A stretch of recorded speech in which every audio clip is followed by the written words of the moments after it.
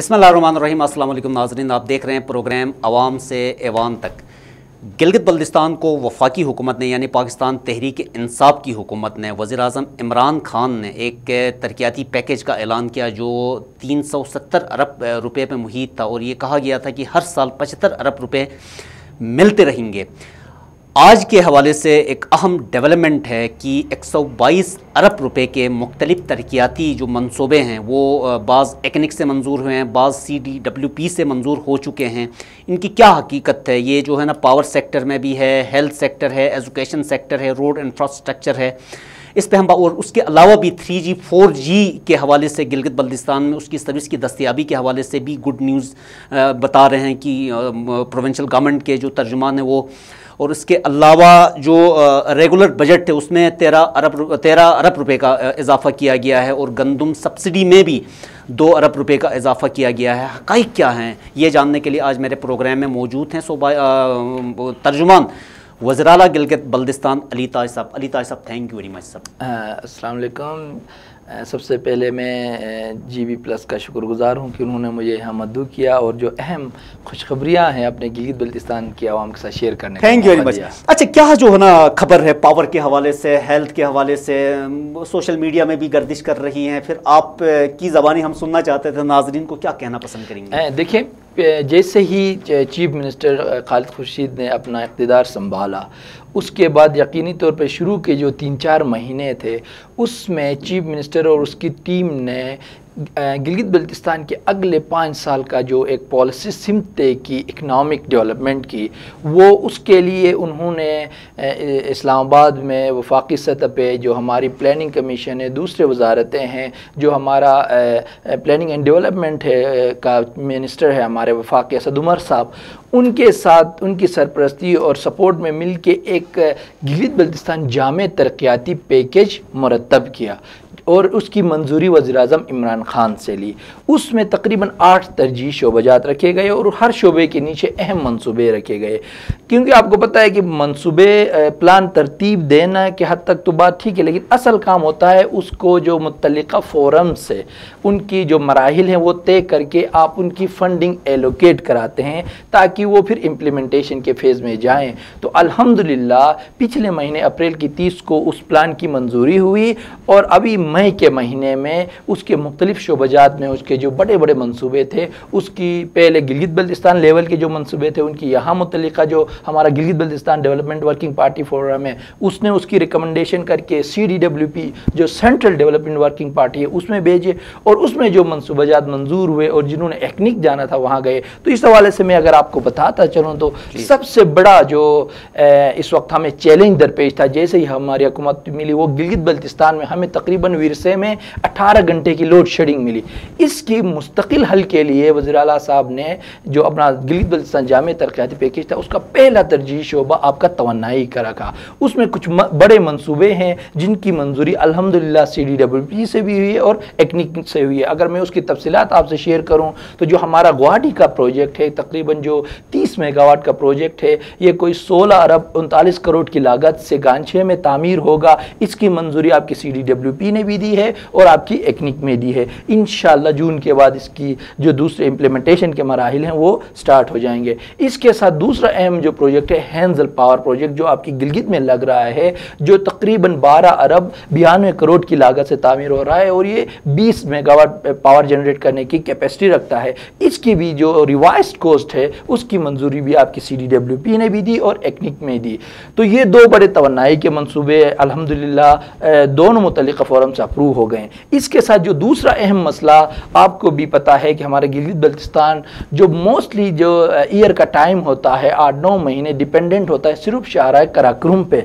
हमने alternate roots पे काम करना है फॉर फ्यूचर, तो इस लिहाज से रोड इंफ्रास्ट्रक्चर और कम्युनिकेशन हमारा गिलगित बल्तिस्तान जामे तरक्याती पैकेज का एक सेकंड टॉप प्रायोरिटी एजेंडा था। उसमें जो अहम रूट्स जिसकी मंजूरी अल्हम्दुलिल्लाह इस वक्त तक CDWP ने दी है, तो उसमें सबसे अहम आपका गिलगित शंदूर, जिसको हम गजर एक्सप्रेसवे भी कहते हैं, ये कोई 50 अरब लागत का मंसूबा है, जिसकी मंजूरी अल्हम्दुलिल्लाह CDWP ने दी है और हम तवक्कुह करते हैं ये एक्निक से भी पास हो जाएगा। इसके साथ दूसरा अहम हमारा अस्तोल वैली रोड जिसको हम कहते हैं, जो आपकी थलीज से जाके शूंटर तक इसकी कनेक्टिविटी होगी, और मुस्तकबिल में अगर हम शूंटर पास करवाने में कामयाब हुए तो ये आपका इंशाल्लाह मुजफ्फराबाद के थ्रू इस्लामाबाद के लिए सेकंड आपकी कनेक्टिविटी बनेगी अलॉन्ग विद KKH। और फिर अगर हम शंदूर से कनेक्ट करें तो ये थर्ड बनेगी Shandur KKH and then via Shounter AJK Muzaffarabad. तो ये इसकी मालियत कोई 19 अरब की है। इसी तरह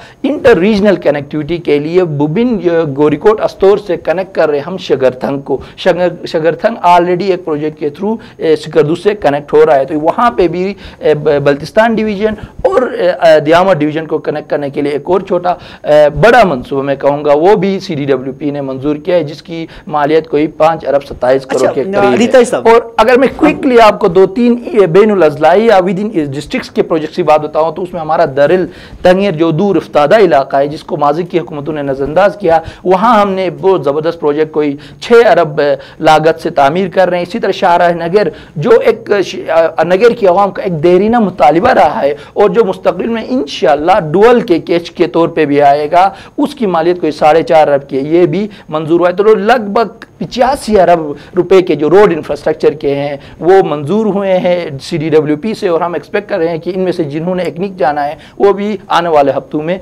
मंजूर होंगे।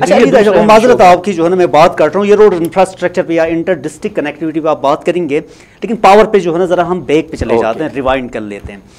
जो हेंजल पावर प्रोजेक्ट है जो 20 मेगावाट का है, जो साबिका वज़ीर आला हैं गिलगित बल्तिस्तान हाफिज़ साहब, उनका कहना ये है कि 2018 में ये जो प्रोजेक्ट है ये टेंडर स्टेज में आया था, लेकिन वफाकी हुकूमत यानी पाकिस्तान तहरीक इंसाफ की हुकूमत ने इसको मतलब पे साइड लाइन किया। अभी ये रिवाइज कास्ट, तो ये नेशनल एक्सचेकर पे भी जो है ना एक बोझ आया, नंबर 1। एंड सेकेंडली जो गवाड़ी का जो मनसूबा है जो 30 मेगावाट का है, 30 मेगावाट पूरी की पूरी सिकरदू रीजन को जो है ना मतलब पूरी होगी, बल्कि जो है ना सरप्लस होगी। अगर जो है ना वो पावर अगर आपने गिलगित ट्रांसपोर्ट करनी है तो इस मंसूबे में रीजनल ग्रिड स्टेशन के लिए कोई रकम एलोकेट नहीं की है, तो उसका फायदा रेस्ट आप पे जो इजला को कैसे होगा? मैं सबसे पहले जो मैं आपको हेंजल पावर प्रोजेक्ट जिसकी तरफ आपने निशानदेही की उसको मैं आपको वाज़ह करूं, ये इसकी कोई कॉस्ट एस्टिमेशन हुई है 2011 में, जब वफाक में भी PP की हुकूमत थी और गिलगित में भी थी। और देखें नाअहली देखें कि 2011 में कॉस्ट एस्टिमेशन हुई है और इसकी जो मंजूरी हुई है वफाकी सतह से मुतल्लिका फोरम से वो 2016 में हुई है। 5.5 साल सिर्फ वफाक से इसकी मंजूरी लेने में 2 नाअहल साबिक वज़राए आला ने लिया है। उसके बाद इसके जो बिड डॉक्यूमेंट्स बनाने थे, बिडिंग का प्रोसेस करना था, वो कंप्लीट करने के लिए साबिक नाअहल वज़राए आला ने 2 साल लिए। 2016 में ये मंसूबा मंजूर हुआ, 2018 में जाके इसकी फर्स्ट बिडिंग हुई। अच्छा जी, बिडिंग भी होगी।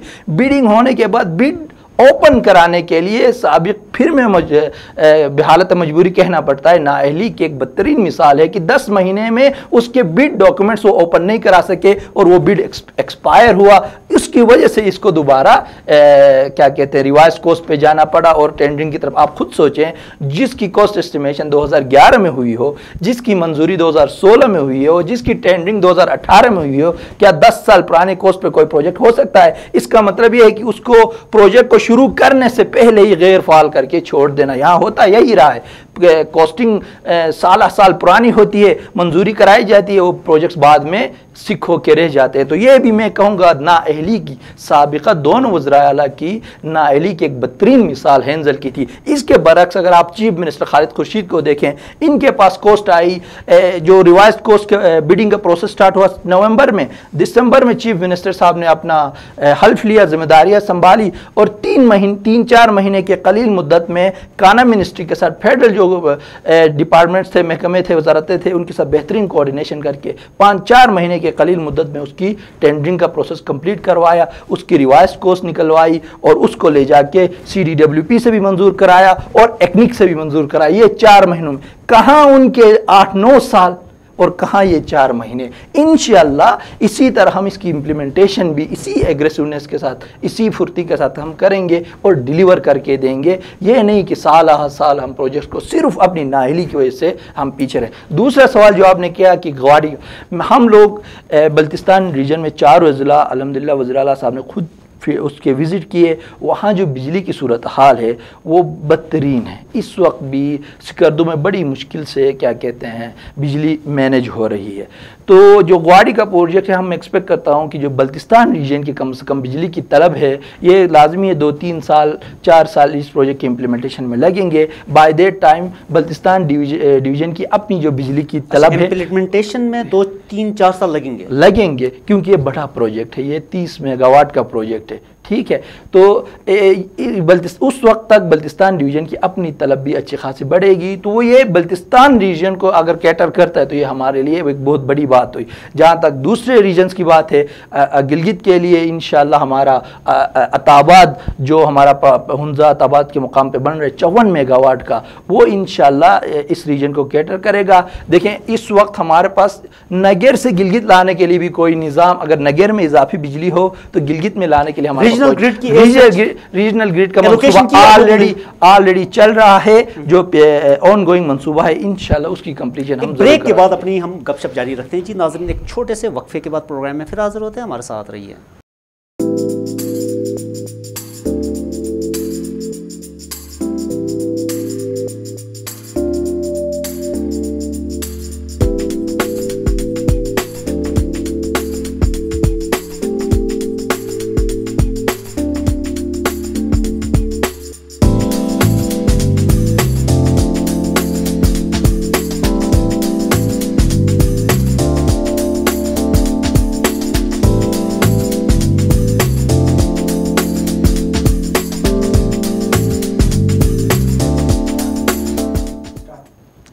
वेलकम बैक नाज़रीन, हमारे साथ मौजूद हैं तर्जुमान वज़ीर आला गिलगित बल्तिस्तान अली ताज साहब। अली ताज साहब, 54 मेगावाट आप लोग अताबाद में बनाने जा रहे हैं। हुंजा की अगर रिक्वायरमेंट हम देखते हैं ज़्यादा से ज़्यादा 10 मेगावाट या 15 मेगावाट होगी, क्योंकि होटल इंडस्ट्री वहाँ पे ज़्यादा है।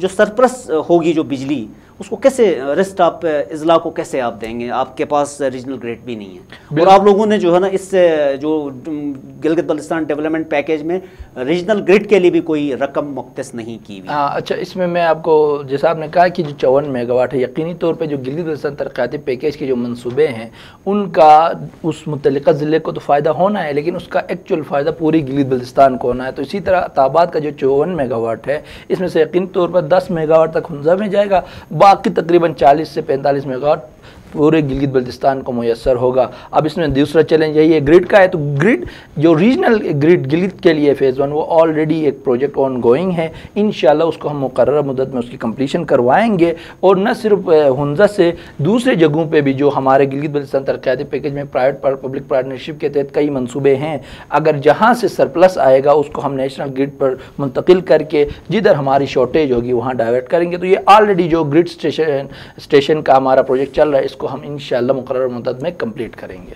अच्छा, दूसरा जो है ना, ये जो 122 अरब रुपए के मुख्तलिफ मनसूबे CDWP से भी मंजूरी उनको मिल चुकी है, एक्निक से भी मिल चुकी है, हेल्थ के हवाले से मेडिकल कॉलेज का, नर्सिंग कॉलेज का भी जो है ना जिक्र है, तो क्या क्या हक़ाइक़ हैं इस हवाले से? बिल्कुल, देखें, जो हमारा चीफ मिनिस्टर का आपने अगर पहली तकरीर सुनी होगी तो उसमें कहा था कि हमारा सेहत और तालीम हमारे टॉप प्रायोरिटी एरियाज़ हैं।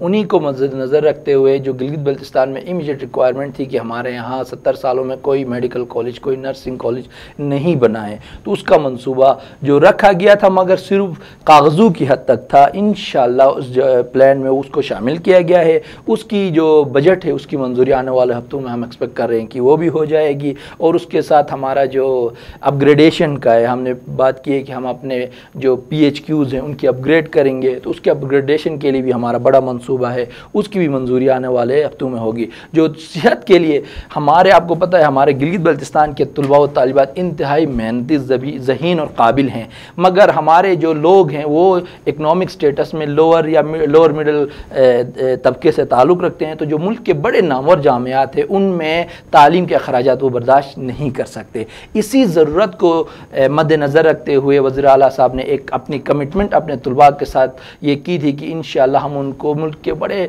नामवर इदारों में पढ़ने के बेहतरीन मौक़े फराहम करेंगे। तो इस लिहाज से एक बड़ा मनसूबा हमारे गिलगित बल्तिस्तान जामिया तरक्याती प्रोग्राम का स्कॉलरशिप के लिए, मुल्क के नामवर इदारों में स्कॉलरशिप के लिए तकरीबन 64 करोड़ की लागत से एक मनसूबा मंजूर किया HEC ने। इंशाअल्लाह उसकी इम्प्लीमेंटेशन भी HEC करेगा और उसके आगे जाके जो तफसीलें जैसे ही वो HEC बयान करेगा हम अपने आवाम के साथ शेयर करेंगे। तो ये एजुकेशन का हमारा एक बहुत बड़ा मंसूबा है जो आप अपने तलबा व तालिबात के लिए शुरू करने जा रहे हैं। अच्छा, अपना दरमियान में जो है ना चलते चलते एक बात, ये जो आप कह रहे हैं कि हम मुख्तलिफ हॉस्पिटल्स को अपग्रेड करने जा रहे हैं, ज़ाहिर बात है तालीमी इदारों को भी अपग्रेड करने जा रहे हैं, उनके PC4 का क्या मतलब मैकेनिज़्म होगा, क्या जॉब क्रिएशंस कैसे देंगे, कब देंगे? ऑन द अदर हैंड आपके पास जो कंटीजेंट कॉन्ट्रैक्ट पेड मुलाजमीन की एक पूरी की पूरी जो है ना फौज आप लोगों के पीछे पड़ी हुई है, जिनके साथ आप लोगों का एक कॉन्ट्रैक्ट भी साइन नहीं जी, जैसे जो है ना वफाक से सीटें आएंगी फर्दन आप लोगों को एकोमोडेट किया जाएगा। अच्छा, काफ़ी मुश्किल नहीं होगा आप ये आपने यकीनी तौर पर गिलगित बल्तिस्तान में